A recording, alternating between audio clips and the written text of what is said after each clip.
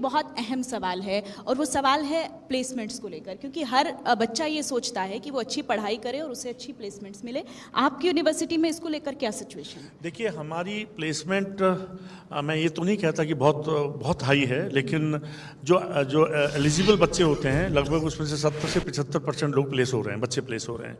और अच्छी बात ये थी कि लास्ट ईयर तो एक लड़के की जो जॉब लगी 80 लाख रुपए उसका सालाना पैकेज तक की जॉब लगी। और मैं समझता हूँ कि आने वाले समय में जब हम ये सब क्वालिटी एजुकेशन देने लग जाएंगे और जो सारी हमारी फैसिलिटीज़ बन जाएंगी, अभी आपको पता है कि हमारे गुरुग्राम यूनिवर्सिटी का जो मेन कैंपस है ककरौला गाँव में सेक्टर 88 के पास में डेवलप हो रहा है, और मुझे उम्मीद है कि हमारा सारा इंफ्रास्ट्रक्चर फैसिलिटीज़ वहाँ बहुत बढ़िया डेवलप हो जाएंगी। और गुरुग्राम यूनिवर्सिटी के छात्रों को, ये तो गुरुग्राम तो एक ऐसी जगह यूनिवर्सिटी जो बन रही है, जो चारों तरफ इंडस्ट्रीज और इनके हब्स हैं, तो सारे बच्चों को पढ़ाई लिखाई के बाद में नौकरी की प्रॉब्लम नहीं आने वाली है। तो अभी आप ये इस बात की गारंटी देते हैं अपने स्टूडेंट्स को कि पढ़ाई लिखाई करेंगे तो उनको जॉब की कोई बिल्कुल इश्यू नहीं होगा? बिल्कुल गारंटी देते हैं हम। पढ़ाई लिखाई के साथ साथ उनकी जो दूसरी सॉफ्ट स्किल्स हैं, जो और दूसरी स्किल्स को बच्चे को जरूरत है, हमने अपने सिलेबस का पार्ट बनाया है, करिकुलम का पार्ट बनाया है।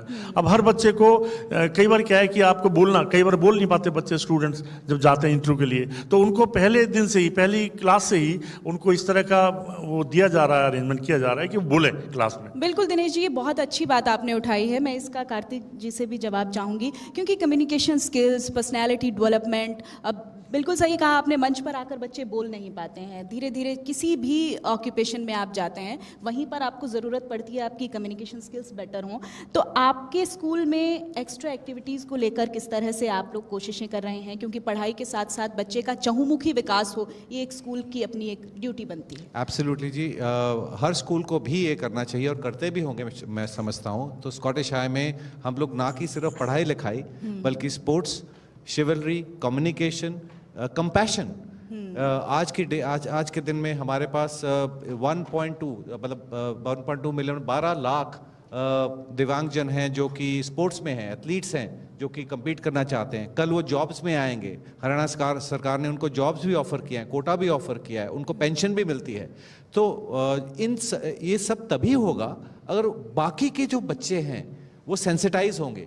तो सेंसिटाइजेशन ऑफ पर्सन्स, उनको कम्युनिकेशन स्किल्स, टैलेंट्स, शिवलरी, सच बोलना, ब्रेवरी दिखाना, एडवेंचरिज्म करना, एस्पिरिट डी कोर, फौज के लिए, देश के लिए, एनसीसी के लिए प्रोत्साहित करना, ये सारी चीज़ें मुझे लगता है मैम के इस मंच पे एक स्कॉटिश हाई जैसे स्कूल हों, गुरुग्राम यूनिवर्सिटी जैसे यूनिवर्सिटीज़ हों और वीज़ा वर्ल्ड वाइड जैसे प्लेसमेंट एजेंसीज हों, तो हमारे बच्चे पढ़ लिख कर दुनिया में क्या इंडिया को दुनिया के फ्रेम में लेके चले जाएंगे।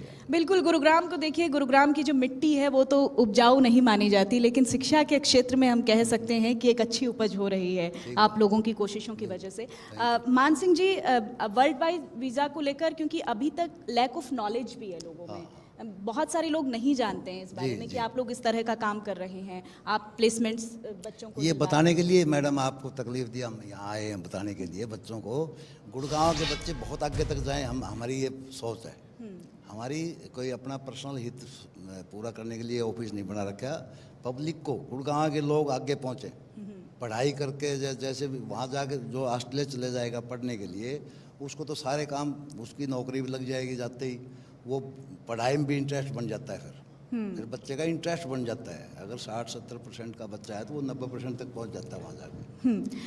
दिनेश जी, मैं आपकी यूनिवर्सिटी के बारे में जिस तरह से हमारा रिसर्च रहा, तो उसमें आप लोग हेल्थ पर भी बहुत कॉन्शियस हैं। फिजियोथेरेपी का एक डिपार्टमेंट आपका चलता है, किस तरह से वो डिपार्टमेंट काम करता है आप बताइए? नहीं, हमारा फिजियोथेरेपी डिपार्टमेंट बहुत बढ़िया है, बहुत अच्छा काम कर रहा है। मैं तो बताना चाहूँगा कि जो फिजियोथेरेपी डिपार्टमेंट है उन्होंने अपनी एक सर्विस बाहर के लोगों के लिए भी दी है।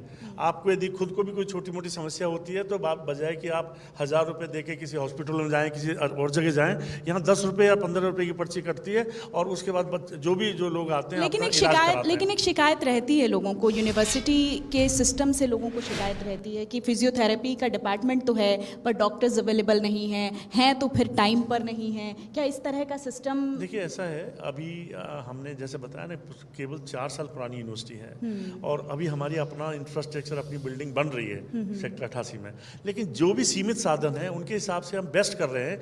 आपने देखा पिछले दिनों वैदिक वेद जो पत्रकार थे जो अखबारों में लिखते थे, वो तो मेरे को एक दिन अपने सोने की चेन भी मेरे गले में रख के चले गए, सर आपका डिपार्टमेंट इतना बढ़िया है कि मेरी पैर इतने सही हो गए कि मैं चलने फिरने लायक हो गया हूँ। इवन मुख्यमंत्री तक भी उन्होंने कहा कि जी ये फिजियोथेरेपी डिपार्टमेंट तो हर यूनिवर्सिटी में होना चाहिए। तो इस तरह की जब लोगों से सुनने को मिलती है तो आपको बहुत अच्छा भी लगता है कि यूनिवर्सिटी के लोग अच्छा भी कर रहे हैं। ये हम अपने विद्यार्थियों से और अपने टीचर्स के माध्यम से जो हमने अपनी सर्विस चलाई है ये चलती है। और बेसिकली देखो हमारा काम कोई हॉस्पिटल चलाना नहीं है, हम तो केवल क्लास में बच्चों को पढ़ा के लिखा के उनको सिखाना है, लेकिन फिर भी उसके साथ साथ जो हमारी ओपीडी है वो काम कर रही है। और ये आसपास के जो गाँव के जो लोग हैं वो 10-20 रुपए में यदि आके अपने पैर में और छोटे छोटे जो चीजें निश्चित तौर पर उन लोगों को समाधान फायदा कराते हैं मिलता तो बहुत बड़ी बात है।